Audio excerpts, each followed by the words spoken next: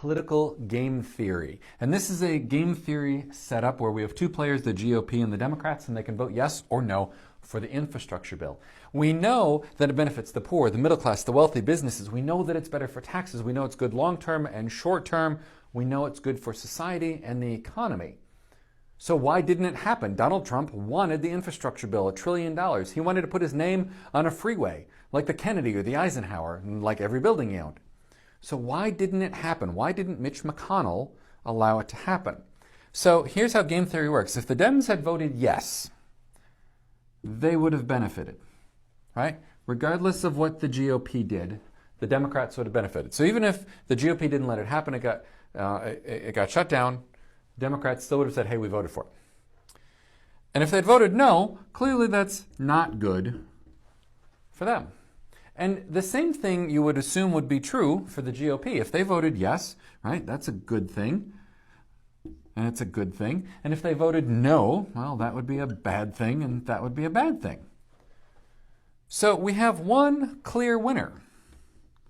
Voting yes and yes. Otherwise, it's up and down, down and down, right? So we have one clear winner where both parties win. And that is the actual problem for Mitch McConnell, is both parties winning. So let me explain how it actually played out. Donald Trump wanted the infrastructure bill. He wanted yes.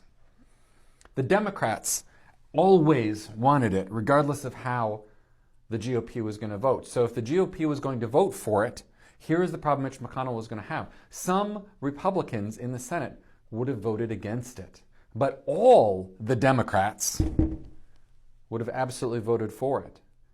And so it would have passed under Donald Trump, but the GOP would not have looked very good because it would have been a win for the Democrats and arguably a bigger win for the Democrats than for the GOP.